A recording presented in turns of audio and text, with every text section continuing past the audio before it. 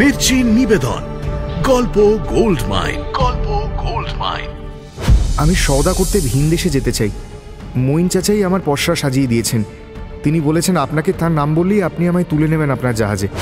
তবে তিনি যখন আমাদের অপরাধীকে বন্দী করে ফেরত পাঠাচ্ছেন তখন শাস্তির নির্দেশই পাঠাচ্ছেন নিশ্চয়।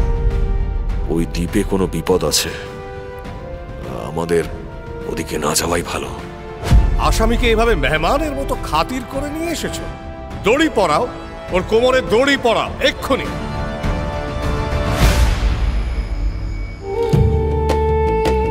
মির্চি গল্প গোল্ড মাইন শুনছেন আরব্য রজনী।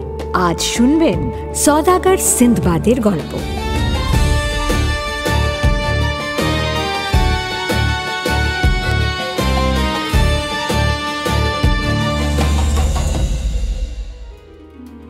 গত পর্বে কাহিনীর পলাতক নায়ক ও নায়িকাকে ধরে ফেলেন বাগদাদের ছদ্মবেশী খলিফা হারুন আল রশিদ।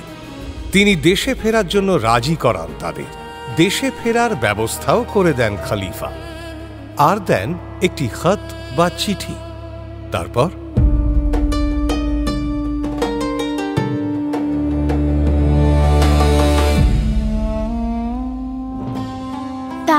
কি মধুমিতা আর আলীনূর তাদের দেশে ফিরে গেল? আপা গেল, তবে দুজনে না, একজন। আর একজন রয়ে গেল খলিফা হারুন আল রশিদের অতিথি হয়ে। কে রয়ে গেল? মধুমিতা। কেন, আবার কোনো সমস্যা নাকি? খলিফার ভালো লেগে গেল মধুমিতাকে, তাই তিনি ছাড়লেন না? মধুমিতাকে ভালো তো লেগেই ছিল খলিফার, নইলে কি আর এত উপকার করেন তিনি? ভালো আলীনূরকেও লেগেছিল, কিন্তু জাহাফনা মধুমিতাকে এই ভালো লাগাটা ঠিক সেই ভালো লাগা নয় যেমনটা আপনি ভাবছেন। আমি আবার কোন ভালো লাগার কথা ভাবছি? ওই যেমন আমাকে আপনার ভালো লাগে, বা 3 বছর ধরে প্রতি রাতে আপনার নতুন নতুন বেগমদের লেগেছে। তাদের সঙ্গে নিজেকে এক করে ফেলো না বেগম। তারা তারা তো তোমার মতো জাদু জানে না। জাদু? এই যে কাহানির জাদু, যে জাদুতে তুমি প্রতিদিন সকালে আরো একদিন বাঁচার সুযোগ আদায় করে নিচ্ছ। শুরু করো বেগম। তবে হ্যাঁ, আজ কিন্তু ভোরের আগে গল্প শেষ করা চাই। আর রেহাই নেই তোমার। নাও শুরু করো। জি হুজুর। আলীনূর এবং মধুমিতার দেশে ফেরার ব্যবস্থা করে দিলেন খলিফা হারুন আল রশিদ।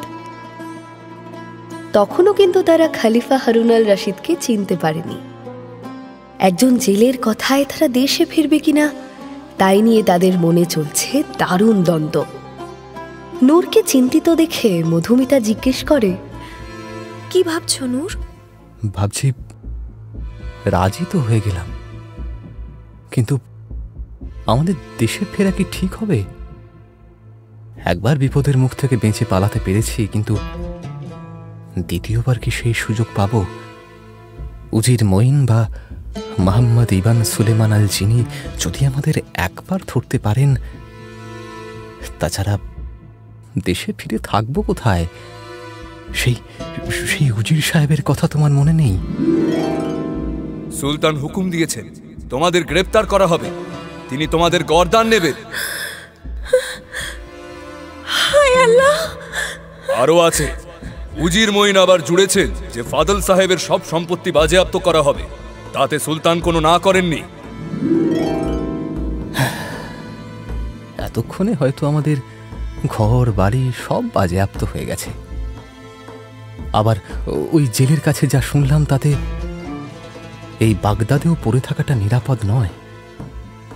সত্যিই যদি খলিফা হারুন আল রশিদ জানতে পারেন যে তার সম্পত্তি আমরা ব্যবহার করেছি, তাহলে আর রক্ষে নেই আমাদের।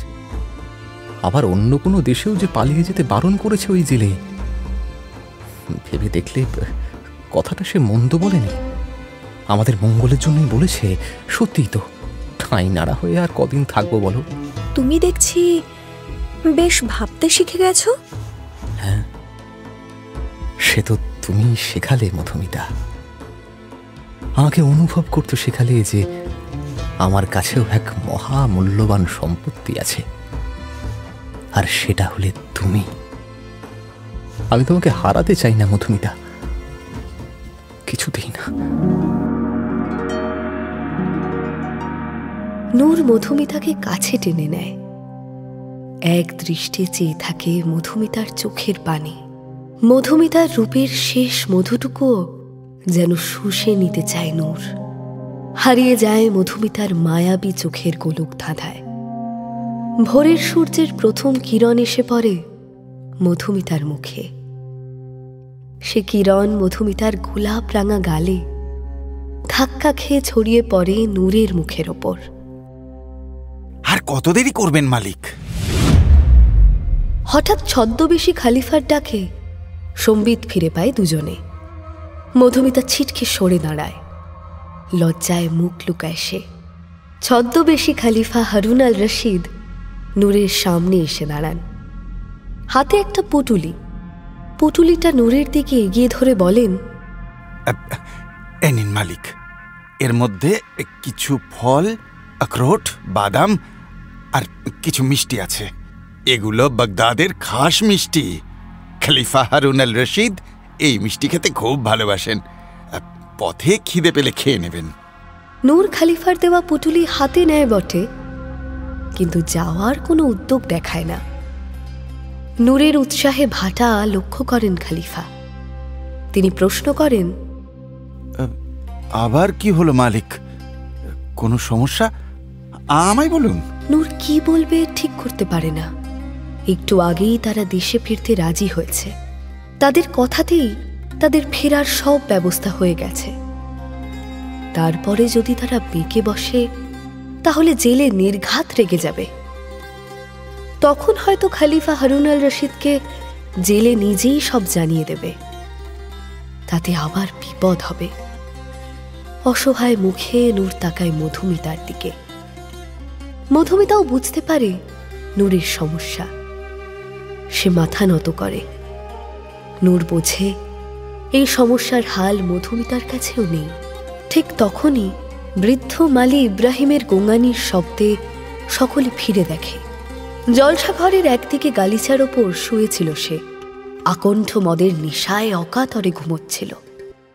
এতক্ষণ নানা ঘটনার মধ্যে তার দিকে কারোরই খেয়াল ছিল না। ঘুমটা পাতলা হতেই সে গোঁ গোঁ শব্দ করে নিজের উপস্থিতি জানান দেয়।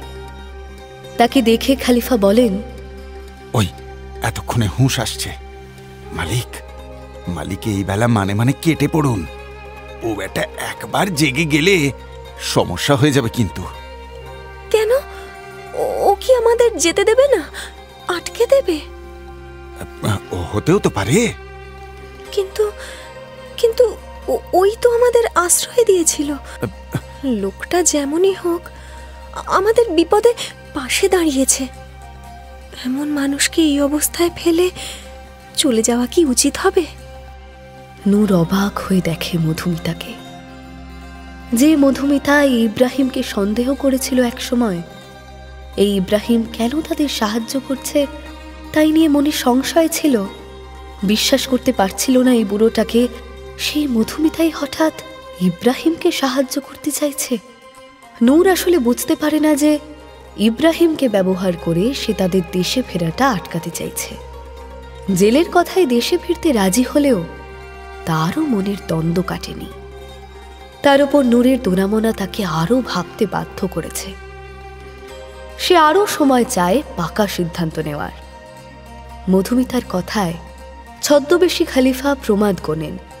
তিনি জানেন যে ইব্রাহিম একবার জেগে গেলে এত সহজে নূর আর মধুমিতাকে চলে যেতে দেবে না। তাছাড়া সে খলিফাকে এই ছদ্মবেশের মধ্যেও চিনে ফেলতে পারে। তাতে ঝামেলা বাড়বে বই কমবে না। সুতরাং সে তাড়া লাগায়, কিন্তু শেষ রক্ষা হয় না। ইব্রাহিম জেগে যায়। তখনও তার নেশা উতরায়নি। সে জেলের ছদ্মবেশের আড়ালে খলিফাকে চিনতে পারে না বটে, কিন্তু জেলেকে দেখেই তেড়ে যায়। এই বেটা, তুই এখনো এখানে কি করছিস? হ্যাঁ, দেখছিস না ভোর হয়ে গেছে? বেটা চোর, যা ফট, ভাগ এখান থেকে ভাগ। এটা আমার হাভেলি, এখানে আমার কথায় সব চলে, বুঝলি? যা ফট, যা। খালিফাকে চর মারতে হাত তোলে ইব্রাহিম, আর তখনই আড়াল থেকে খালিফা হারুন আল রশিদের দেহরক্ষী মসরুর বেরিয়ে আসে। মসরুরকে দেখে মধুমিতা ভয় পেয়ে যায়। ছিটকে আলী নূরকে জাপটে ধরে অস্ফুটে বলে ওঠে, আল্লাহ। মসরুর জাপটে ধরে ইব্রাহিমকে। নেশাগ্রস্ত বৃদ্ধ ইব্রাহিমের সকল জারিজুরি মসরুর শক্তির কাছে ফিকে পড়ে যায়। সে বৃথা আস্ফালন করে শুধু। ছেড়ে দে, ছেড়ে দে আমায় বেটা, ছাড়, ছাড় বলছি। হারামজাদা, আমারই ঘরে ঢুকে আমার গায়ে হাত তোলা। বেটা, বেটা ডাকাত কোথাকার, এই ছাড় বলছি। খলিফা হারুন আল রশিদ নির্দেশ দেন, মসরুর। জি হুজুর। ওটাকে বাইরে নিয়ে যা। আগে জলে চুবিয়ে চুবিয়ে ও বেটার নেশাটা নামা, তারপর দেখছি। জি হুজুর। মসরুর বৃদ্ধ ইব্রাহিমকে জাপটে নিয়ে বেরিয়ে যায় ঘর থেকে। আরে ছাড় বলছি, ছাড়। ভীত মধুমিতার ভয় কাটান খলিফা। তিনি আর নিজের পরিচয় গোপন রাখেন না।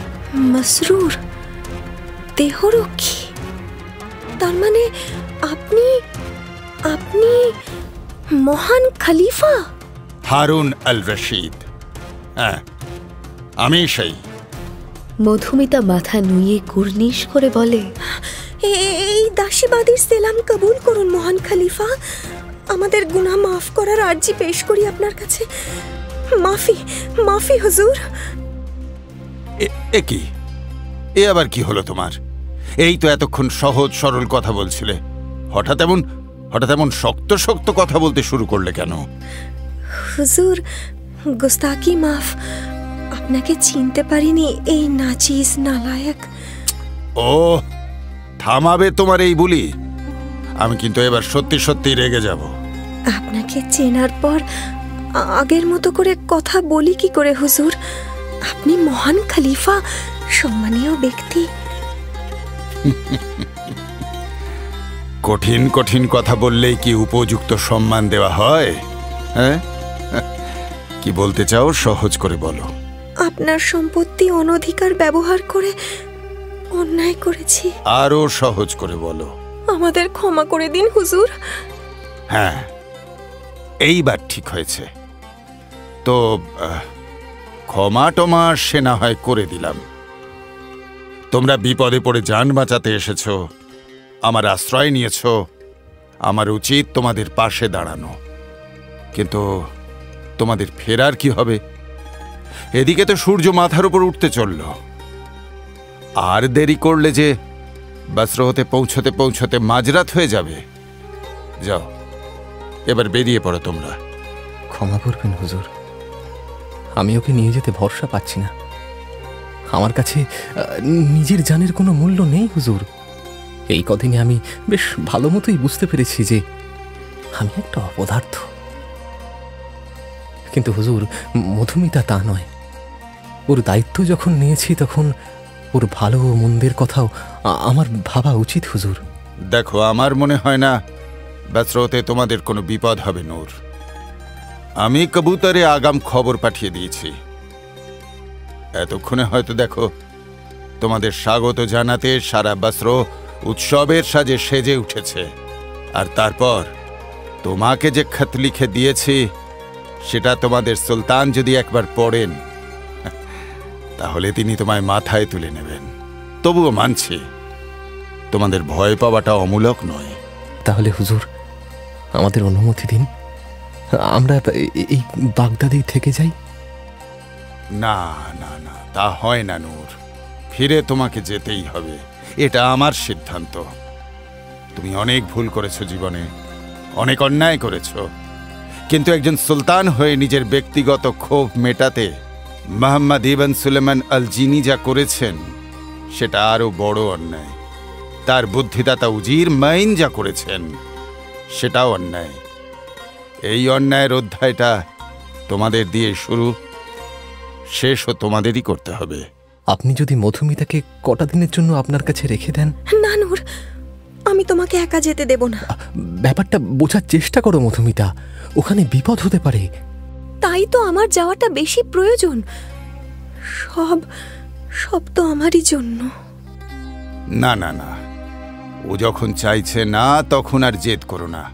তুমি আমার অতিথি হয়েই থাকো কটা দিন, আমি সব ব্যবস্থা করে দেব।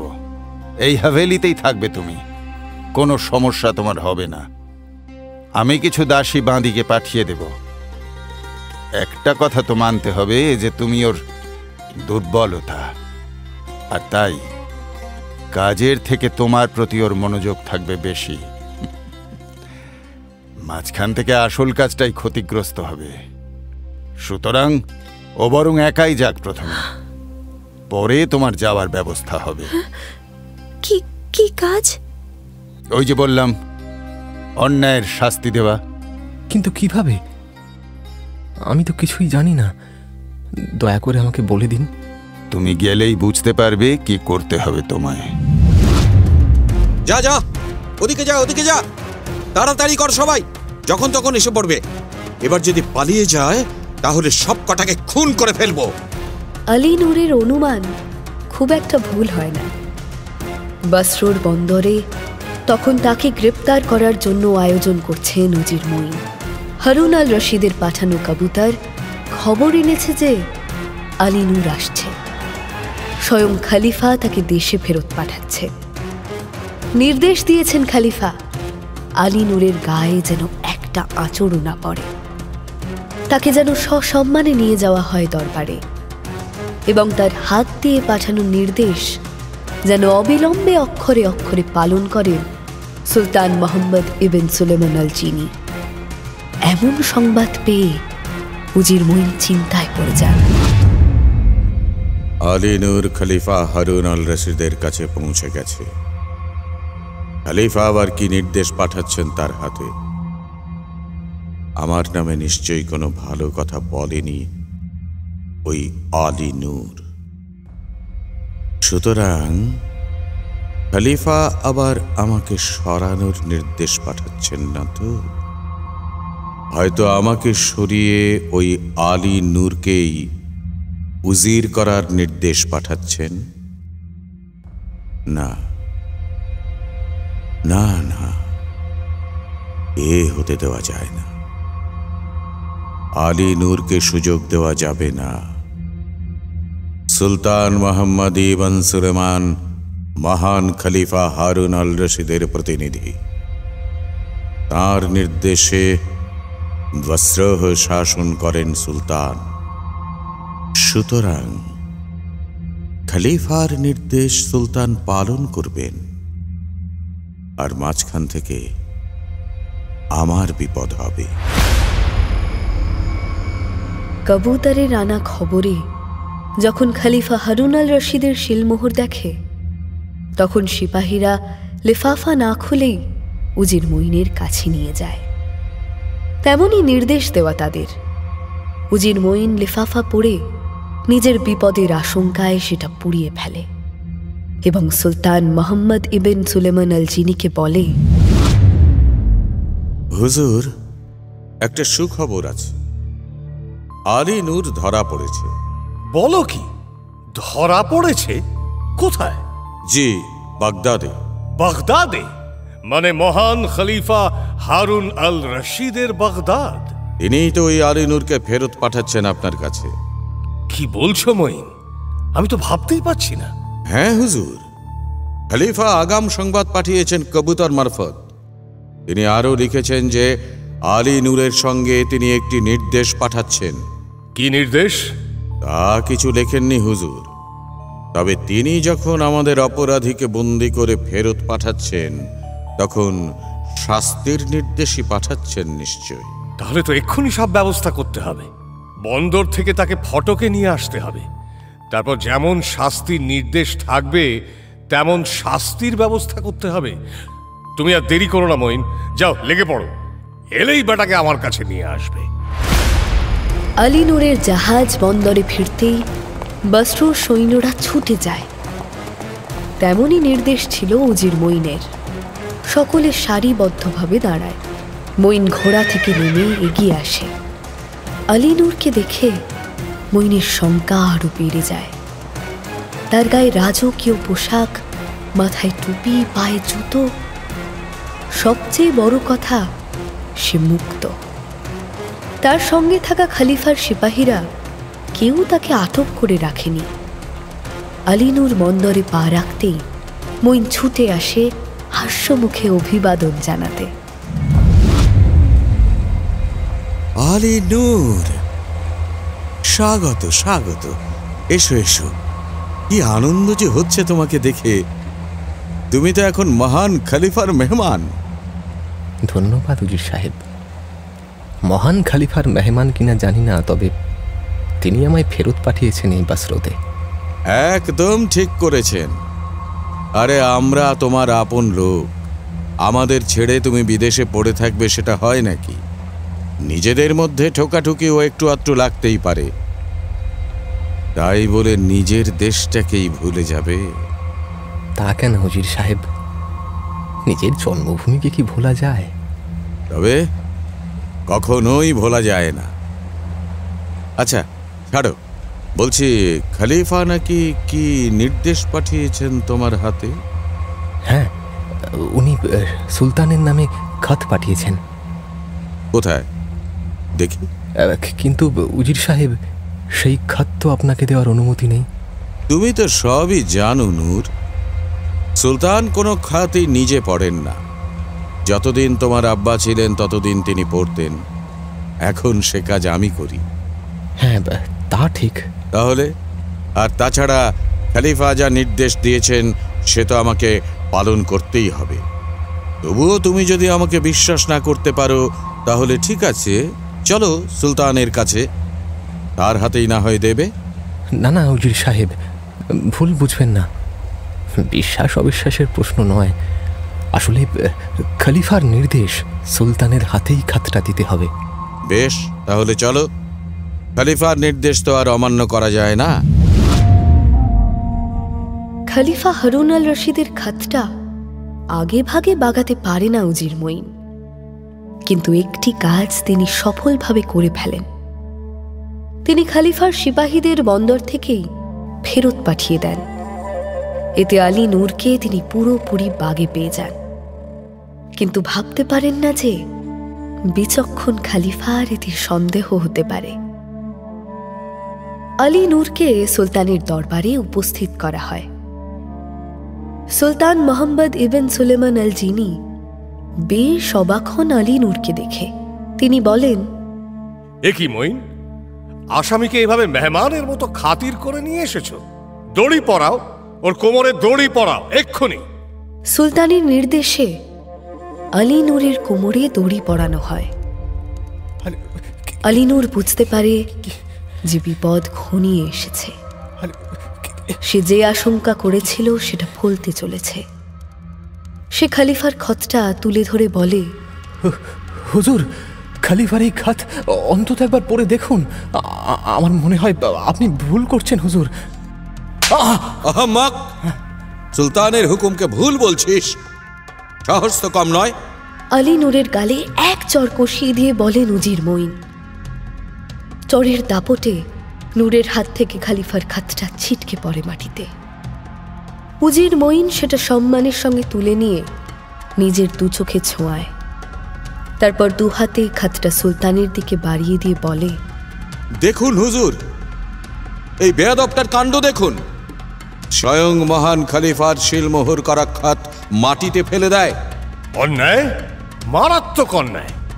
খলিফার খাতের অমর্যাদা মানে স্বয়ং খলিফার অমর্যাদা। কিন্তু হুজুর, আমি তো চর খেয়ে। চাপড়াও বেয়াদব, এর জন্য তোমাকে শাস্তি পেতে হবে। তুমি মহান খলিফাকে অপমান করেছো, তুমি খোদ আল্লাহকে অপমান করেছো, তুমি ইসলামকে অপমান করেছো। এর শাস্তি তোমায় পেতে হবে।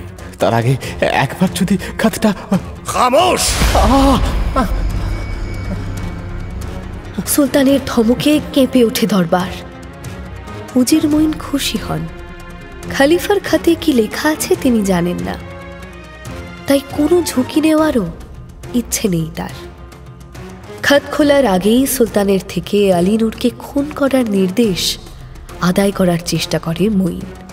তিনি বলেন, হুজুর, গুস্তাকি মাফ। খলিফার খাত মাটিতে ফেলে দেওয়া মারাত্মক গুনাহ। এই গুনাহের শাস্তি একমাত্র মওত। আলবাত, ওকে এক্ষুনি ফাটকে বন্দি করো। কাল ওর গর্দান যাবে, সারা শহরে জানিয়ে দাও। ঘটনাচক্রে খলিফার খাত আর খোলা হয় না। উজির মইনও সুলতানকে এমনভাবে বিব্রত করে যাতে সারাটা দিন সুলতানেরও আর খাতের কথা মনে থাকে না। সকলে তখন আলী নূরের গর্দান নিয়ে ব্যস্ত। একদিকে সুলতান ও উজির মইন আলী নূরের গর্দান নেওয়ার ব্যবস্থা পাকা করতে থাকেন, অন্যদিকে বস্ত্রর সাধারণ প্রজাদের মধ্যে ক্ষোভ ছড়িয়ে পড়তে থাকে। যেসব মেয়েরা একদিন আলী নূরের প্রেমে পাগল ছিল তারাই ঘরে ঘরে প্রতিবাদ করে তোলে। সেই প্রতিবাদের সঙ্গে মিশে উজির মইনের ওপর প্রজাদের জমা ব্যক্তিগত ক্ষোভ। উজির আল ফাদলের প্রতি প্রজাদের ভালোবাসাও ক্ষোভের আগুনকে ইন্ধন যোগায়। পরদিন সকালে যখন আলী নূরকে কোমরে দড়ি বেঁধে নিয়ে যাওয়া হয় বদ্ধ ভূমির দিকে, তখন প্রজারা পথে নামে। আলী নূরকে তোলা হয় মঞ্চে। তার মাথাটা হাড়ি কাঠে আটকাতে আটকাতে জল্লাদ বলে, হুজুর, আমায় ক্ষমা করবেন। আপনার আব্বা উজির আল ফাদল একবার আমায় নির্ঘাত মৃত্যুর হাত থেকে বাঁচিয়েছিলেন। আমি এত বড় বেঈমান যে আজ আমি তার ছেলের গর্দান নিচ্ছি। নিজেকে অপরাধী ভেবো না। একজন দোষীকে কতল করলে তোমার যা গুনাহ হয়, আমাকেও কতল করলে তোমার তাই হবে। তুমি তো নিজের ইচ্ছায় আমাকে কতল করছো না। জলদি করো, জলদি করো, জলদি করো। উজির মইন তাড়া লাগাতেই বন্দরের দিক থেকে একপাল সৈন্য ঘোড়ায় চড়ে এসে উপস্থিত হয় মঞ্চের সামনে। তাদের নিশান বলে দেয় তারা খলিফা হারুন আল রশিদের সেনা। উজির মইন সৈন্যদের ছুটে আসতে দেখে সংযম হারান। তিনি জল্লাদকে চেঁচিয়ে বলেন, জলদি করো, জলদি করো, জলদি জলদি। জল্লাদ বুঝতে পারে না সে কি করবে। সে একবার উজির মইনকে আর একবার এগিয়ে আসা সেনাদের দেখতে থাকে। ভিড়ের মধ্যেও একটা শোরগোল শুরু হয়। উজির মইন আর ধৈর্য রাখতে পারেন না। তিনি দ্রুত মঞ্চে উঠে জল্লাদের হাত থেকে বিশাল তরোয়ালটা কেড়ে নেন। এক ধাক্কায় জল্লাদকে মঞ্চ থেকে ফেলে দেন নিচে। ততক্ষণে মঞ্চের খুব কাছে চলে এসেছে খলিফার সৈন্য। তাদের নেতৃত্ব দিচ্ছেন খলিফার প্রিয় উজির জাফর। জল্লাদের বদলে উজির মইন নিজেই আলী নূরের গর্দান নেওয়ার জন্য তলোয়ার তুলতেই কি হলো শাহরাজাদ? উজির মইন মরে গেল? না জাহাপানা, এত সহজে যে শয়তানের বান্দাদের মৃত্যু লেখা থাকে না নসিবে। উজির জাফরের ছোড়া ছোট্ট ছুরি গিয়ে লাগে উজির মইনের হাতে। তার হাতের তলোয়ার পড়ে যায় মাটিতে। যন্ত্রণায় কুকড়ে হাতের ক্ষত চেপে ধরে আর্তনাদ করে ওঠেন উজির মইন। উজির জাফর বলেন, খলিফার নির্দেশটা এমন ছিল না। যা দেখছি আপনি তো মহান খলিফার নির্দেশের বিরুদ্ধাচরণ করছেন। আমি মহান খলিফা হারুন আল রশিদের প্রতিনিধি হিসাবে মহান খলিফার নামে আপনার কাছে কৈফিয়ত দাবি করছি। এই মুহূর্তে আপনি আপনার কৈফিয়ত দাখিল করুন। কেন আপনি ওকে কতল করতে যাচ্ছিলেন? উজির মইন ছুটে গিয়ে উজির জাফরের পা জড়িয়ে ধরে বলেন, রক্ষা করুন হুজুর, রক্ষা করুন আমাকে, রক্ষা করুন আলী নূরকে, রক্ষা করুন এই দেশকে, রক্ষা করুন এই অসহায় লোকগুলোকে নৃশংস সুলতান মোহাম্মদ ইবন সুলেমান আল জিনের কবল থেকে রক্ষা করুন আমাদের, রক্ষা করুন, রক্ষা করুন। ওঠো উজির মইন, ওঠো। আর অভিনয় করে লাভ নেই। তোমার সব কুকীর্তির খবরই মহান খলিফা হারুন আল রশিদের জানা। তবুও মহান খলিফার নামে তোমাকে নিজের হয়ে কাইফিয়াত দাখিল করার সুযোগ দিলাম আমি। সেটাই দস্তুর।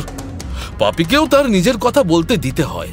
না হুজুর, আমি কোনো পাপ কাজ করিনি। চুপ করো বেয়াদব। মহান খলিফা তোমায় অনেক রিয়াত করেছেন, কিন্তু একটা বড় ভুল করে বসেছো তুমি। আলী নূরের আব্বা উজির আল ফাদল ছিলেন খলিফা হারুন আল রশিদের বন্ধু, আর তুমি সেই আল ফাদলের ছেলে আলী নূরেরই সর্বনাশ করতে গেছিলে। কি স্বার্থে? খলিফা আর ফাদল বন্ধু। হ্যাঁ, উজির আল ফাদলের দাদাজান ছিলেন বাগদাদের উজির। আল ফাদলের ছোটবেলা দাদাজানের বাড়িতেই কাটে, আর সেই সূত্রে খলিফার সঙ্গে বন্ধুত্বও হয়। পরবর্তীকালে খলিফার নির্দেশেই আল ফাদল এই বসরহতেই চলে আসেন এবং এখানে উনি উজির নিযুক্ত হন। তার ছেলের গায়ে তুমি হাত তুলেছ, তার ছেলেকে খুন করতে গেছো তুমি। এত বড় গুনাহর শাস্তি কি বুঝতে পারছো? উজির মঈন শেষ চেষ্টা করেন। একবার আর চোখে নিজের ঘোড়াটার দিকে তাকান। ঘোড়াটা তার থেকে 10-12 পা দূরে দাঁড়িয়ে চারদিকে একবার দেখে নিয়ে হঠাৎ উজির জাফরকে এক ধাক্কা মেরে ছুট লাগান ঘোড়ার দিকে। ধাক্কা খেয়ে মুহূর্তের জন্য অপ্রস্তুত হয়ে যান জাফর। তারপরেই ঝলসে ওঠে তার হাতে থাকা বল্লমের ফলা। বল্লমটা বাগিয়ে ধরে নির্ভুল নিশানায় ছোড়েন তিনি। বল্লম গিয়ে বেঁধে উজির মঈনের পিঠে এফোড় ওফোড় করে দেয় উজির মঈনকে। শেষ হয় বসরুর এক অন্ধকার অধ্যায়। উল্লাসে ফেটে পড়ে জনতা।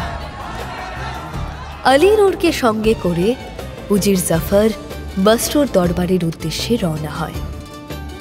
সুলতান মোহাম্মদ ইবন সুলেমান আল জিনি খলিফার খাতটা পড়ে ফেলেছেন ততক্ষণে। তাতে সুলতান ও তার উজির মঈনের বিরুদ্ধে স্পষ্ট কিছু অভিযোগের উল্লেখ করেছেন খলিফা। সুলতান মোহাম্মদ ইবন সুলেমান ভেবে দেখেন অভিযোগগুলো একটিও মিথ্যে নয় এবং এই সব কুকীর্তি সুলতান করেছেন উজির মঈনের প্ররোচনায়। খাত মারফত খলিফা হারুন আল রশিদ সুলতানকে তাই বহিষ্কার করেছেন। তার পরিবর্তে আলী নূরকে সুলতান করার নির্দেশ পাঠিয়েছেন। খাতটা পড়ে শেষবারের মতো নিজের মসনদে বসেন সুলতান। তখনই এক সিপাই ছুটে এসে দাঁড়ায় সুলতানের সামনে। সুলতান একবার তাকে দেখে নিয়ে ম্রিয়মান কণ্ঠে বলেন, কি সংবাদ সিপাহী? হুজুর, মহান খলিফা তার উজির জাফরের নেতৃত্বে এক সৈন্যদল পাঠিয়েছেন। তারা আলী নূরের গর্দান আটকে দিয়েছে। আলী নূরকে নিয়ে উজির জাফর ও তার সৈন্যদল এদিকেই আসছে। মাথা নিচু করে স্তব্ধ হয়ে বসে থাকেন সুলতান তার মসনদে। তাকে স্তব্ধ দেখে সিপাহী ডাকে, হুকুম করুন হুজুর। হুজুর, আপনি একটা হুকুম করুন। যাও যাও যাও, ওদের নিয়ে এসো দরবারে। ফুল বিছিয়ে দাও পথে, আতর ছেটাও। তোমাদের নতুন সুলতান আসছেন। হুজুর, সুলতান? কিন্তু গোস্তাকি মাফ হুজুর, সুলতান তো আপনি। সুলতান? হাসিতে মনের ব্যথা ঢাকার চেষ্টা করেন সুলতান মোহাম্মদ ইবন সুলেমান আল জিনি। তার সে ব্যথা মন থেকে ছড়িয়ে পড়ে তার বুকে। তীব্র বেদনায় চারিদিকের দুনিয়াটা অন্ধকার হয়ে আসে সুলতানের চোখে। ঢলে পড়েন সুলতান মোহাম্মদ ইবন সুলেমান আল জিনি মৃত্যুর কোলে। হাসতে হাসতেই লুটিয়ে পড়েন তিনি মসনদের উপর। নিশ্চিন্তে জীবনের শেষ নিদ্রার গভীরে ডুবে যান তিনি। আলী নূরকে নিয়ে উজির জাফর যখন দরবারে এসে পৌঁছন, ততক্ষণে সব শেষ। মৃত সুলতানের হাত থেকে খলিফার খাতটা নিয়ে একবার চোখ বুলিয়ে উজির জাফর বলেন, জানো নূর, এই খাতে কি লেখা আছে? খলিফার খাত সুলতানের জন্য? আমি কি করে জানবো হুজুর? এই খাতের নির্দেশ অনুযায়ী আজ থেকে তুমি বসরহর সুলতান। আমি সুলতান? না না না না, এই গুরুদায়িত্ব আমি নিতে পারবো না হুজুর, আমাকে ক্ষমা করবেন। কিন্তু খলিফা তোমাকে এই আদেশ দিয়েছেন। হুজুর, আমাকে খলিফার কাছে নিয়ে চলুন। আমি ওনার পায়ে লুটিয়ে পড়ব, ওনার কাছে মাফি চাইব। উনি যদি আমাকে মৃত্যুদণ্ড দেন তবুও আমি মাথা পেতেই নেব হুজুর। কিন্তু সুলতানের মসনদে আমি কিছুতেই বসবো না হুজুর, আমি বসতে পারবো না হুজুর। সে কি? কেন? আমি যে আমার দিল জান একজনকে দিয়েছি হুজুর, আমি তাকে নিয়েই গড়তে চাই আমার স্বপ্নের রাজ্য। আর সেই রাজ্যের আমি সুলতান হতে চাই হুজুর। মধুমিতার কথা বলছো তো? জি হুজুর। বুঝেছি, কিন্তু তার সঙ্গে মসনদ সামলানোর কি বিরোধ? মসনাদের দায়িত্ব নিলে সবার আগে তাকে পালন করতে হয় হুজুর, তারপর বাকি সব। কিন্তু আমি সেটা কোনোদিনও পারবো না হুজুর। আমার কাছে মধুমিতাই সবার আগে। মসনাদের আগে আমি মধুমিতার কথা ভাববো হুজুর, আর সেটা হলে মসনাদের সঙ্গে বেঈমানি করা হবে। অগত্যা আলী নূরকে খলিফা হারুন আল রশিদের সামনে উপস্থিত করেন উজির জাফর। নূর খলিফাকেও একই কথা বলে। সে জানায় যে সে সুলতান হতে চায় না। খলিফা সব শুনে এবং ভেবে অবশেষে নিজের মত পরিবর্তন করেন। আলী নূরকে আর বসরোর দায়িত্ব তিনি দেন না, বদলে খলিফার সাধের সেই প্রমোদ ভবন আলী নূর ও মধুমিতাকে দান করেন তিনি। তাদের মাসিক ভাতা দেওয়া শুরু করেন এবং তাদের দেখাশোনার জন্য ইব্রাহিমকে নিযুক্ত করা হয়। কিন্তু বসরোহর কি হলো? বসরোতে অন্য শাসক নিযুক্ত করলেন খলিফা সুলেমান। কাকে? সে কথা তো আমার কাহানিতে নেই, থাকার প্রয়োজনও নেই। তাহলে তোমার কাহানির আর কিছুই বলার নেই আপা, তাই তো? একদম। তাহলে এবার আমি ঘুমোতে যাই। সে কি এখনই? কাহানি শুনবে না? নতুন কাহানি? আলবাত, শুরু করো তোমার নতুন কাহানি বেগম। কিন্তু হুজুর, গোস্তাকি মাফ। নতুন কাহানি যে আজ রাতে আর শেষ হবে না, কাল আবার শুনবো। তাহলে যে আরো একদিন বেশি বেঁচে যাব আমি। সেটা আমি বুঝবো। সুলতানের আদেশ অমান্য করতে নেই বেগম, শুরু করো। আচ্ছা, কার কাহানি বলবে এবার? হুকুম হলে এবার শোনাই এক সওদাগরের কাহানি। সওদাগর সিন্দবাদ তার নাম। সিন্দবাদ? হ্যাঁ হ্যাঁ আপা, সিন্দবাদের কাহিনী তুমি আগেও আমায় বলেছো, তবে সবটা নয়। ওহো, সে যে এক অসামান্য নাবিক। বলো বলো, ওটাই বলো। তবে যদি সুলতানের অনুমতি হয়। দুনিয়া জাত যে একেবারে লাফিয়ে উঠল সিন্দবাদের নাম শুনে। বেগম জান, শুরু করো সওদাগর সিন্দবাদের কাহানি।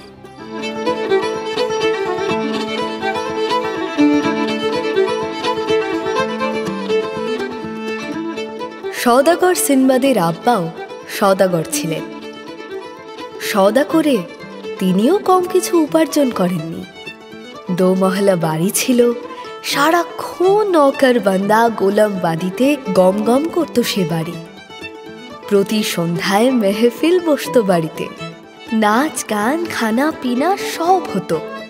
তবে মেহমানদের জন্য শরাবের ঢালাও ব্যবস্থা থাকত। সিন্দবাদের তখন বয়স কম, সবে নাকের নিচে গম্ভীর রেখা উকি দিচ্ছে। সকালে সে ঘুরে ঘুরে বেড়ায়, ইয়ার বন্ধুদের সঙ্গে আড্ডা দেয়, আর সন্ধে হলে মেহফিল খানায় পৌঁছে যায়। তবে সে মেহফিল খানায় ঢোকে না। আব্বাকে দারুণ ভয় পায় সে। মেহফিল খানার জাফরি দিয়ে দেখে।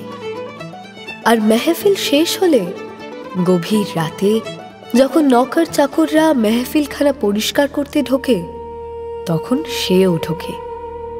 বেঁচে থাকা খানা আর শরাব খেয়ে ঘুমিয়ে পড়ে নিজের ঘরে। তার শরাব খাওয়ার ব্যাপারটা কিন্তু তার আব্বা জানতেন না। শরাব খাওয়া ধর্মে গুনাহ, তিনি ওসব পছন্দ করেন না। কিন্তু একদিন জেনে ফেললেন। এক নৌকার বলে দেয় তাকে। তিনি ছেলেকে ডেকে বোঝান, শোনো সিন্দবাদ, এখন তুমি যথেষ্ট বড় হয়েছ। এই বয়সে আমি কুলির কাজ করতাম। 2-4 দিনার উপার্জন করে আমি আর ভাইদের পেট চালাতাম। আমার আব্বা তখন মারা গেছে। তোমাকে আমি উপার্জন করতে বলছি না সিন্দবাদ, করতে হবেও না উপার্জন। আমি যা রেখে যাব তা সবই তোমার। যদি হিসেব করে চলতে পারো তাহলে তোমার কেন, তোমার ছেলে পুলে নাতি নাতনিদের জীবনও চলে যাবে। কিন্তু এমন কিছু করো না যেটা গুনাহ। তুমি জাফরি দিয়ে উঁকি মারো মেহফিলে, তা আমি জানি, আমি নিজে তোমায় দেখেছি, তবুও কিছু বলিনি। মেহফিলের পরে বেঁচে থাকা খানা খাও, তাতেও আমার আপত্তি নেই। তেমন হলে ওই খানা আমি তোমার ঘরে পাঠানোর ব্যবস্থা করব, কিন্তু শরাব খাওয়ায় আমার ঘোর আপত্তি। আমার ছেলে হয়ে তুমি শরাব খেলে আমি কিন্তু বরদাস্ত করব না। আমি তোমাকে ত্যায্য পুত্র করব। আব্বার কথা শুনে সিনবাদের পায়ের তলার জমিন সরে যায়। সে কল্পনা করতে চেষ্টা করে যে আব্বা যদি তাকে ত্যায্য পুত্র করেন তাহলে তার কি হবে।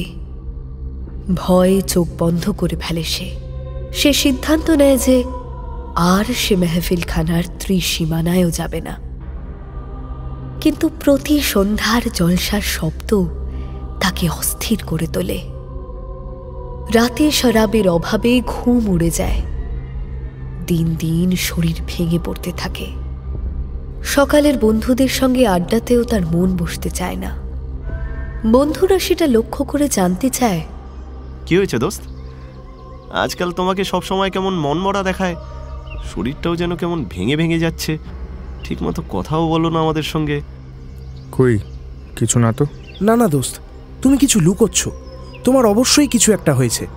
বন্ধুরা কথায় কথায় সিনবাদের আসল সমস্যাটার কথা জেনে ফেলে। সঙ্গে সঙ্গে তার সমাধানও করে দেয় এক বন্ধু। এই কথা? এ আর এমন কি? মেহফিল কি শুধু তোমার আব্বার মেহফিল খানায় বসে? আসল মেহফিল তো জমে অন্য কোথাও। তাই? কোথায়? আছে একটা জায়গা, যাবে নাকি সেখানে? হ্যাঁ হ্যাঁ, চলো না, চলো। আরে অত তারার কি আছে, আগে রাতটা হতে দাও। রাতে? না সিনবাদ, ও কোন মেহফিলের কথা বলছে আমি বুঝেছি। যেও না ভাই, ওইসব কিন্তু ভালো জায়গা নয়। মোটেও না। আসলে যারা যেতে পারে না তারা মনের জ্বালা মেটাতে ওইসব কথা বলে। ওসব জায়গায় যায় দেশের আমিরমরা ওরা। আমি বলি কি, একবার পরখ করে দেখতে তো দোষ নেই, গিয়েই দেখো না একবার। আমি নিয়ে যাব তোমায়। কিন্তু দোস্ত, কিছু দিনার লাগবে যে।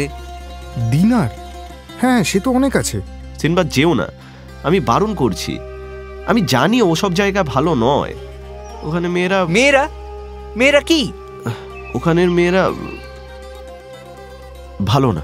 ওরা সিনবাদকে শেষ করে দেবে। কেন? ওরা কি জিন না দৈত্য? যত সব আজগুবি কথা। বন্ধুদের মধ্যে প্রায় ঝগড়া শুরু হয়ে যায়। শেষে তাদের আড্ডা সেদিনের মতো ভেঙে যায়। বাকি দিনটা সিনবাদ এদিক ওদিক ঘুরে কাটিয়ে দেয়। সারাদিন চিন্তা করতে থাকে বন্ধুর বলা মেহফিলে যাওয়া উচিত হবে কিনা। শেষে রাত নামতেই যখন সেই বন্ধু এসে জিজ্ঞেস করে, কি সিনবাদ, যাবে না কি বন্ধু সেই মেহফিলে? এক অদম্য কৌতূহলে সে ছুটে যায় বন্ধুর সঙ্গে। বন্ধু তাকে শহরের সীমানায় এক তাওয়াইফের মহলে নিয়ে তোলে। প্রথম দিনেই সিনবাদ ফাঁদে পড়ে যায়। সিনবাদের বিশেষ খাতিরদারি করে বাইজি মেয়েরা। সেই রাতে সিনবাদ প্রথম শারীরিক মিলনের সুখ উপভোগ করে। বাইজি মেয়েদের প্রতি আসক্ত হয়ে পড়ে সিনবাদ। নিজের আসক্তি মেটাতে অর্থের অভাব হয় না। বাইজি মেয়েদের সে নানা কিমতি সওগাত দিয়ে খুশি করতে শুরু করে। তারাও আরো বেশি বেশি করে তার উপর ঢলে পড়তে থাকে। তার আব্বা ব্যাপারটা জানতে পারেন না, বরং তিনি খুশি থাকেন এই ভেবে যে ছেলে আর মেহফিল খানার দিকে আসছে না। কিন্তু সুখ মানুষের চিরসঙ্গী কখনোই নয়। সিনবাদের আব্বা একদিন হঠাৎ মারা যান। সংসারের কর্তা হয় সিনবাদ। হঠাৎ অফুরন্ত ধন সম্পদ এসে পড়ে তার হাতে। তাকে শাসন করারও কেউ থাকে না। তার আম্মি অনেকদিন আগেই গত হয়েছেন। সিনবাদ নিজের বাড়িতে মজলিসের আয়োজন শুরু করে। দেশ বিদেশ থেকে বাইজিদের এনে জমাতে থাকে মজলিস। মজলিস শেষে মেহমানরা বিদায় নিলে শুরু হয় আর এক খেলা। বাইজিদের সঙ্গে শারীরিক মিলনে মাতে সিনবাদ। রাত শেষে তাদের কিমতি উপহারে খুশ করে সে ঘুমোতে যায়। এভাবে চলতে চলতে একদিন হঠাৎ দেখে সে নিঃস্ব, শুধু বাড়িটা ছাড়া আর কিছুই নেই তার। বেচারা সিনবাদ তার বন্ধুদের কাছে ছুটে যায়। বন্ধুরা বলে, আরে এত চিন্তা করছো কেন? আরো কটা দিন তো ওই বাড়িটা বেঁচে চলবে। কিন্তু কিন্তু মেহফিল বসবে কোথায়? যেখানে শুরু করেছিলাম আমরা সেখানে, বাইজিদের নাচ ঘরে। সিনবাদ, সিনবাদ আর ভুল করো না, মাথার উপরের ছাদটাকে বিক্রি করে দিও না। সওদাগরের ছেলেকে কি বিক্রি করবে আর কি বিক্রি করবে না সেই উপদেশ দিচ্ছ? তুমি চুপ করো। এই তোমার জন্যই ওর আজ এই দুর্দশা। দুর্দশা? বুঝলে সিনবাদ, ওদের হিংসা হচ্ছে। দেখো দেখো, চেনো নিজের বন্ধুদের, চেনো কে আসল বন্ধু আর কে। তোমার সুখ দেখে জ্বলে পুড়ে মরছে ওরা। এদের তুমি বন্ধু বলো সিনবাদ? একদম বাজে কথা বলবে না সিনবাদ, এখনো সময় আছে। নিজের শেষ সম্বলটুকু এভাবে নষ্ট করো না সিনবাদ। তুমি কিছু সওদা শুরু করো। কি বলছো কি? বাগদাদের সবচেয়ে রইস সওদাগরের ছেলে করবে সওদা? সওদাগরের ছেলে সওদা করবে, এতে অবাক হওয়ার কি আছে? তাহলে মজ মাস্তি ফুর্তি করবে কে? এ তো নিজের আব্বাকে অসম্মান করা হে। আচ্ছা, লোকে কি বলবে বলো তো? বলবে, ওই দেখো ওটা সিনবাদ, ওর আব্বা এমনই সওদাগর ছিল যে ছেলের জন্য সামান্য কটা দিনারও রেখে যেতে পারেনি, শেষে ছেলেটাকে খুঁটে খেতে হচ্ছে। এমন অপমান কেউ আমার আব্বার করলে আমি অন্তত সহ্য করতাম না। নিজের শেষ সম্বলটুকু দিয়েও আব্বার মান বাঁচাতাম আমি। আব্বা, আব্বা, আব্বা। শেষ পর্যন্ত সিনবাদ নিজের শেষ সম্বল ও বাড়িটাই বিক্রি করার সিদ্ধান্ত নেয়, কিন্তু খদ্দের পায় না। শেষে মাত্র 3000 দিনারের বিনিময়ে এক দালালের হাতে বাড়িটা জমা রাখে সে। শর্ত হয় দালাল বাড়ি বিক্রি করে বাকি দিনার দেবে, কিন্তু মাথার উপরের ছাদটা হারায় সে। বাড়িঘর হারিয়ে সিনবাদের মনটা খারাপ। বন্ধু তাকে আবার বাইজি বাড়ি নিয়ে যাওয়ার চেষ্টা করে, কিন্তু সে বলে, না দোস্ত, মেজাজটা আজ ঠিক নেই, আজ বাদ দাও। তাহলে রাতটা কাটাবে কোথায়? এই খোলা আকাশের নিচে? কেন? তুমি তো আমার দোস্ত, আমাকে তোমার বাড়ি নিয়ে চলো। আমার বাড়ি? সে কি করে হয়? আমার আব্বা আছে, আম্মি আছে, ভাই বোন, মানে আসলে কি জানো তো, আমার নিয়ে যেতে কোনো আপত্তি নেই, কিন্তু তোমারই অসুবিধে হবে। অগত্যা খোলা আকাশের নিচেই সে রাতে আশ্রয় নেয় সিনবাদ। শহরের রাস্তাকুর থেকে এঁটো কাটা কুড়িয়ে পেটের জ্বালা মেটায়। রাতটা কাটায় সমুদ্রের পাশে শুয়ে। অন্ধকার সমুদ্র যেন তাকে হাতছানি দিয়ে ডাকছে। সমুদ্রের গর্জন মনে শান্তি আনে। সওদাগরের সন্তান সে, সমুদ্রের প্রতি টান তার জন্মগত। গভীর রাতে স্বপ্ন দেখে সিনবাদ। স্বপ্নে তার আব্বা তাকে বলেন, বেটা সিনবাদ। আব্বা। ছি সিনবাদ, ছি। আমি তোমাকে বারবার বারণ করেছিলাম শরাব খেও না। তুমি শরাব তো খেলেই, সঙ্গে বাইজি। ছি ছি ছি ছি। আব্বা, বড্ড ভুল করে ফেলেছি আমি আব্বা, আমায় ক্ষমা করুন। আসলে আসলে ওই দোস্ত যদি আমাকে... দোস্তের ঘাড়ে নিজের দোষ চাপিয়ে নিজের সাফাই গেও না সিনবাদ। তুমি যথেষ্ট বড় হয়েছ, নিজের ভালো মন্দ বোঝার ক্ষমতা তোমার হয়েছে। তাছাড়া অন্য দোস্তরা তো তোমাকে যেতে বারণ করেছিল, কই তাদের কথা তো বলছো না। আমাকে মাফ করে দিন আব্বা, মাফ করে দিন। আমি কবুল করছি আমি দোষ করেছি। অনেক দেরি হয়ে গেছে সিনবাদ, অনেক দেরি করে ফেলেছ। তবুও ভালো যে নিজের দোষ বুঝতে পেরেছ, কিন্তু শুধু বুঝলেই হবে না, প্রায়শ্চিত্ত করতে হবে। আপনি আমায় বলে দিন আব্বা, আমি কিভাবে আমার ভুলের প্রায়শ্চিত্ত করব? শোনো সিনবাদ, তোমাকে রোজগার করতে হবে, উপলব্ধি করতে হবে এক দিনার উপার্জন করতে কতটা মেহনত করতে হয়। কিন্তু রোজগার করব কি করে? তুমি আমার মতো সওদা করো। সওদা? হ্যাঁ, কাল বাজারে যাও, তোমার কাছে যে 3000 দিনার আছে সেটাকে দিয়ে পসরা সাজাও, তারপর কোনো জাহাজে করে চলে যাও ভিন দেশে।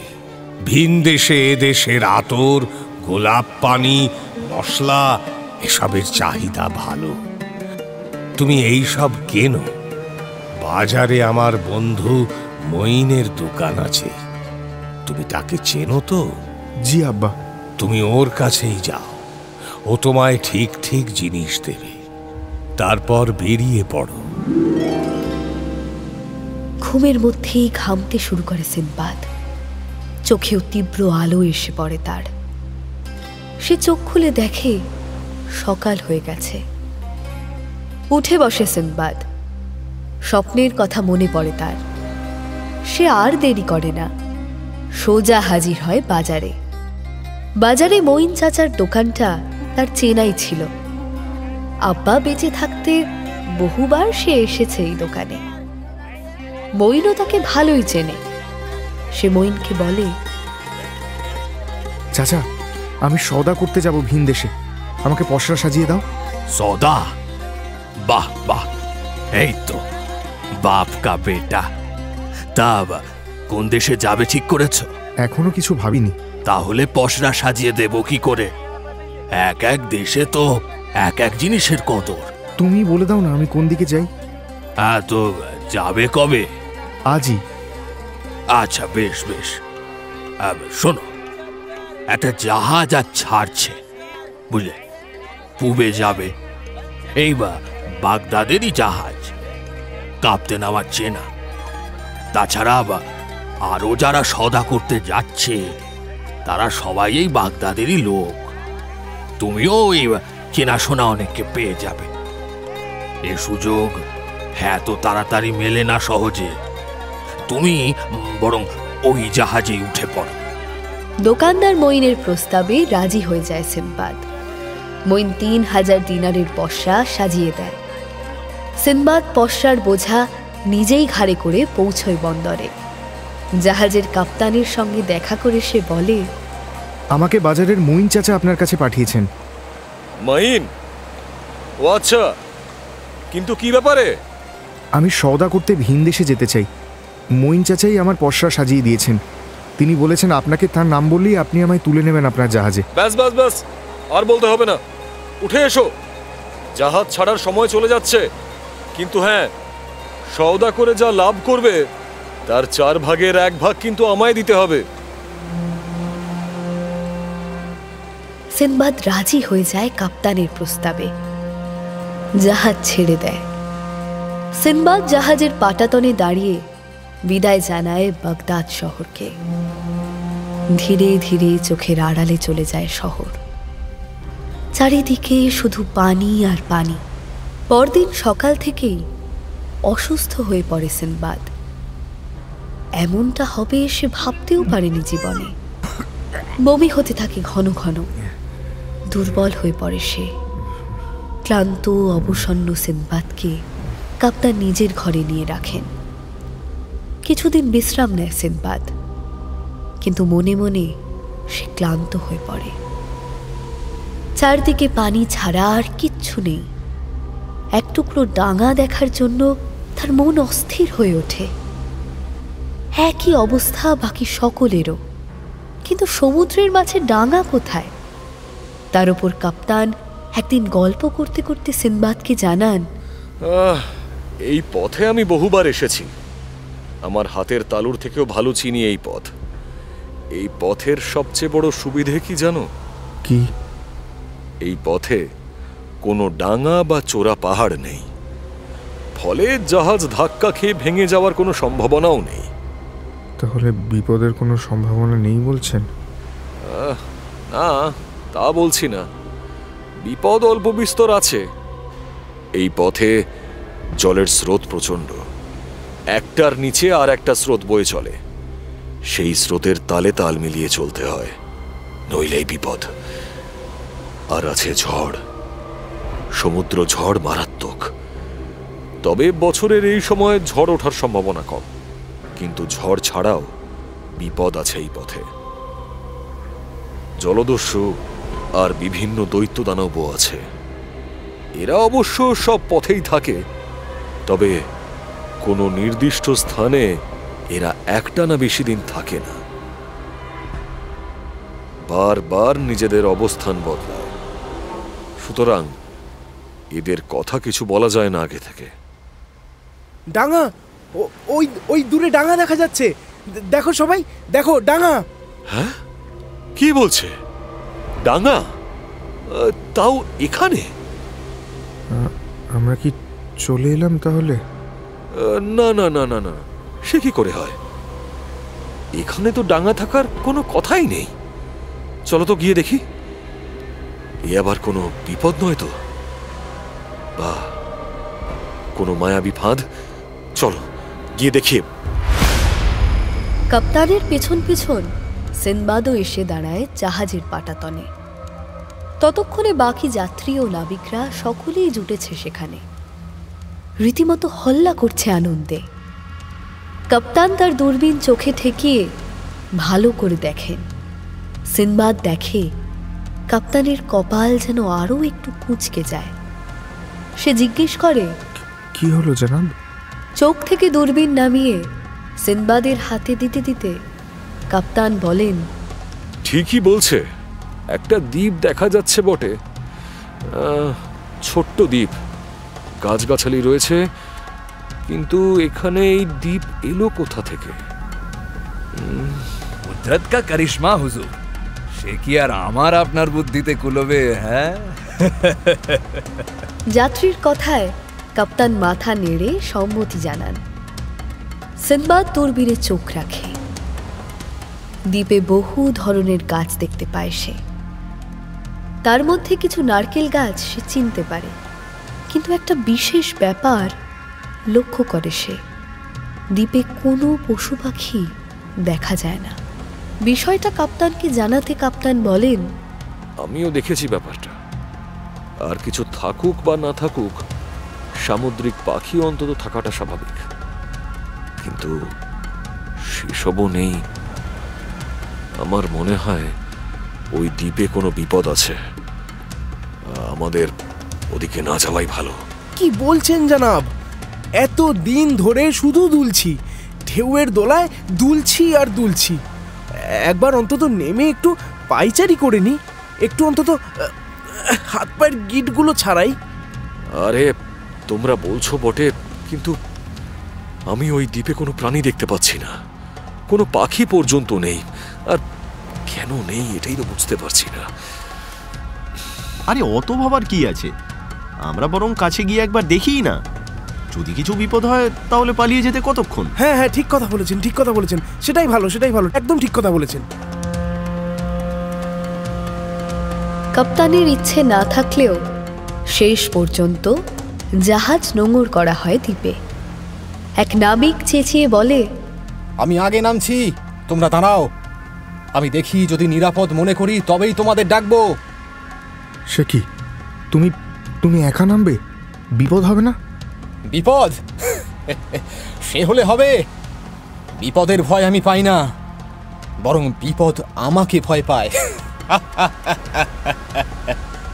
দড়ির মই ঝোলানো হয়। নাবিক মই বেয়ে খুব সন্তর্পণে নামে দ্বীপের উপর। নেমে এদিক ওদিক একটু ঘোরে। পাটাতনে দাঁড়িয়ে সব যাত্রীরা উদ্গ্রীব হয়ে দেখতে থাকে তাকে। বিপদের সম্ভাবনা নেই বুঝে সে একটু এগিয়ে যায় বড় বড় গাছের আড়ালে। সেখানেও কোনো বিপদের সম্ভাবনা তার চোখে পড়ে না।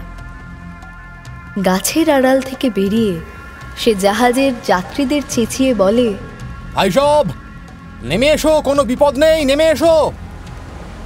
সঙ্গে সঙ্গে জাহাজ থেকে পাটাতন ফেলা হয়। যাত্রীরা সকলে হুড়মুড় করে নেমে পড়ে দ্বীপে। শুধু কাপ্তান দাঁড়িয়ে থাকেন পাটাতনে। সিন্দবাদ জিজ্ঞেস করে, কি হলো কাপ্তান সাহেব? আপনি নামবেন না? আমার কিন্তু ভালো ঠেকছে না সিনবাদ। এরা এভাবে নামলো ঠিকই, কিন্তু আমার মনে হয় আরো একটু দেখে শুনে বুঝে তারপর নামা উচিত ছিল। এখনো কিন্তু একটাও পাখির দেখা মেলেনি। তাহলে কি কোনো বিষাক্ত কিছু আছে এই দ্বীপে? কিন্তু ওরা তো দিব্যি রয়েছে। হ্যাঁ রয়েছে, কিন্তু কিন্তু বিপদ হতে কতক্ষণ? নামতে চাও তো নামতে পারো, কিন্তু খুব সাবধানে নামবে। কোনো কিছু মুখে দেবে না আর ছোবে না, বুঝতে পেরেছো? শুধু দূর থেকে দেখবে। তাহলে আপনি কি বলেন, আমার নামা কি উচিত হবে? কাপ্তানের পরামর্শ নিয়ে দ্বীপে নামে সিনবাদ, কিন্তু খুব সাবধানে। কিছু যাত্রী জলে নেমে খেলা শুরু করে দেয়, কেউ আবার এদিক ওদিক ঘুরে দেখতে থাকে। একদল আবার গাছে উঠে ফল পাড়তে শুরু করে, ফল জড়ো করে। একজন যাত্রী প্রস্তাব দেয়, চলো ভাই সব, আজকের দুপুরের খানা আমরা এই দ্বীপে বসেই খাই। আরে হ্যাঁ হ্যাঁ চলো, আমরা বরং কাঠকুটো জোগাড় করে আগুন জ্বালিয়ে রান্না করি, তারপর সবাই মিলে পাত পেরে খাওয়া যাবে না হয়? এই চলো, আর দেরি না, আমরা চলো চলো চলো জোগাড় করি, চলো চলো। মুহূর্তের মধ্যে গোটা দলটা সক্রিয় হয়ে ওঠে। সকলে কাঠ জোগাড় করতে লেগে যায়। কাঠ জোগাড় হলে জাহাজ থেকে পানি, সবজি, মাংস ইত্যাদি নামানো হয়। এক যাত্রী এক গাদা মশলা এনে বলে, আমার কাছে ভালো মশলা আছে, এগুলো দিয়ে রান্না হোক আজ। সকলে মিলে সবজি কেটে ধুয়ে মশলা বেটে মাংস পরিষ্কার করে রান্নার আয়োজন যখন শেষ করে, তখন সূর্য মাথায় উঠেছে। একজন যাত্রী বলে, ভাই সব, আমার সঙ্গে গোটা 2 জন থাকো, বাকিরা যাও স্নান সেরে এসো, আমরা ততক্ষণ রান্না সেরে ফেলি। বহুত শুকরিয়া। যাত্রীরা সকলে মহা উল্লাসে পানির দিকে ছুটে যায়। সিনবাদ মুখ তুলে দেখে কাপ্তান পাটাতনে দাঁড়িয়ে সবার উপর নজর রেখেছেন। সিনবাদ পানির দিকে যায় না, সে গাছের গাছগাছালির মধ্যে ঢুকে পড়ে। কত রকমের অজানা অচেনা গাছ, তাতে কত রকমের ফল, এ যেন এক অন্য পৃথিবী। শহর বাগদাদও এত সুন্দর নয়। তার মনে হয় এমন এক নির্জন দ্বীপে বাকি জীবনটা কাটিয়ে দিতে পারলে তোফা হতো। একটা গাছে খুব সুন্দর সুন্দর কিছু ফল দেখে এগিয়ে যায় সিনবাদ। গাছের নিচে দাঁড়িয়ে দেখে ফলগুলো তার হাতের নাগালের বাইরে, কিন্তু একটু লাফালেই হাতে চলে আসবে। সে হাত তুলে লাফ দিতেই হঠাৎ নড়ে ওঠে দ্বীপটা। সিনবাদ ছিটকে পড়ে মাটিতে। তার মাথাটা কেমন যেন করে ওঠে। শুনতে পায় যাত্রীরা সবাই আর্তনাদ করছে। গাছের আড়াল থেকে বেরোতেই দেখে সকলে পরি কি মরি করে ছুটে চলেছে জাহাজের দিকে। আর জাহাজটা খুব দ্রুত যেন দ্বীপের কাছ থেকে সরে যাচ্ছে। জাহাজ থেকে পরপর দড়ির মই ফেলা হচ্ছে। যাত্রীরা সেই মই বেয়ে যে যেভাবে পারছে জাহাজে উঠছে। অনেকে বই ধরার জন্য হাত তুলে হাহাকার করছে। সিনবাদ আর সময় নষ্ট করে না। সে অনুভব করে পায়ের তলার জমিন যেন নড়েই চলেছে। সে দ্রুত ছোটে জাহাজের দিকে। আর তখনই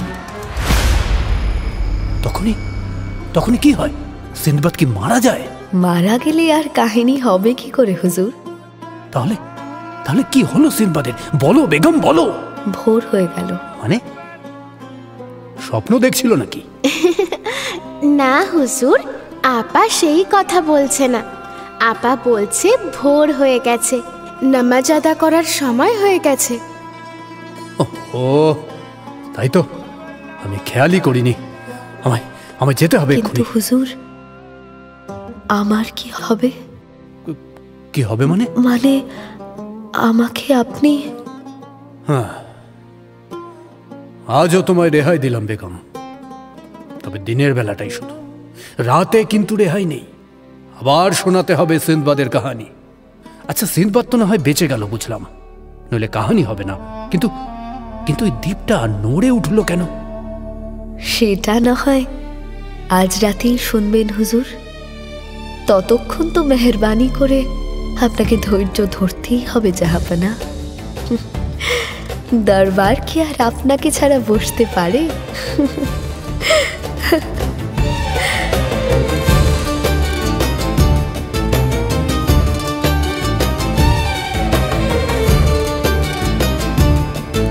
আর আমরা সেটা শুনব আগামী পর্বে। সিন্দবাদের কাহিনীর পরবর্তী অংশ নিয়ে আপনাদের কাছে ফিরে আসব আবার আরব্য রজনীর 11তম পর্বে।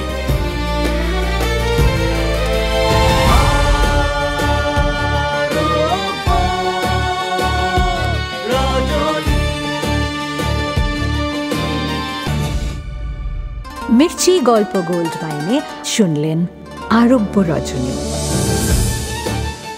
গল্প পাঠে শেখর, সিনবাদ, অগ্নি, শাহরিয়ার, অমিত দে, দুনিয়াজাদ, বর্ণালী দে বর্ম, শেহরাজাদ, সাঁজবাতি দাস, মধুমিতা, সঙ্গীতা গাঙ্গুলি, আলিনুর, আলাপন মুখার্জি, যুবক, আর্য জানা, খলিফা, সুদীপ্ত ঘোষ, ইব্রাহিম, অর্ঘ্যমাল্য মাইতি, মশরুর, সুপ্রভাত চক্রবর্তী, মাইন, উৎপল সরকার, ইবান, শেখর, বন্ধু দেবজিৎ দে, জাফর, রামস্বরূপ গাঙ্গুলি।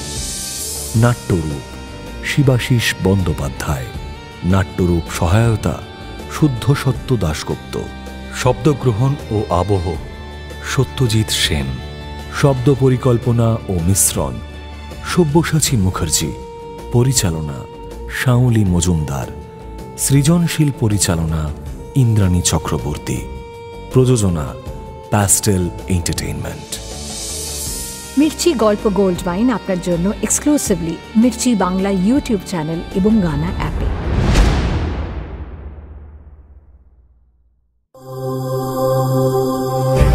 মির্চি নিবেদন গল্প গোল্ড মাইন। গল্প গোল্ড মাইন।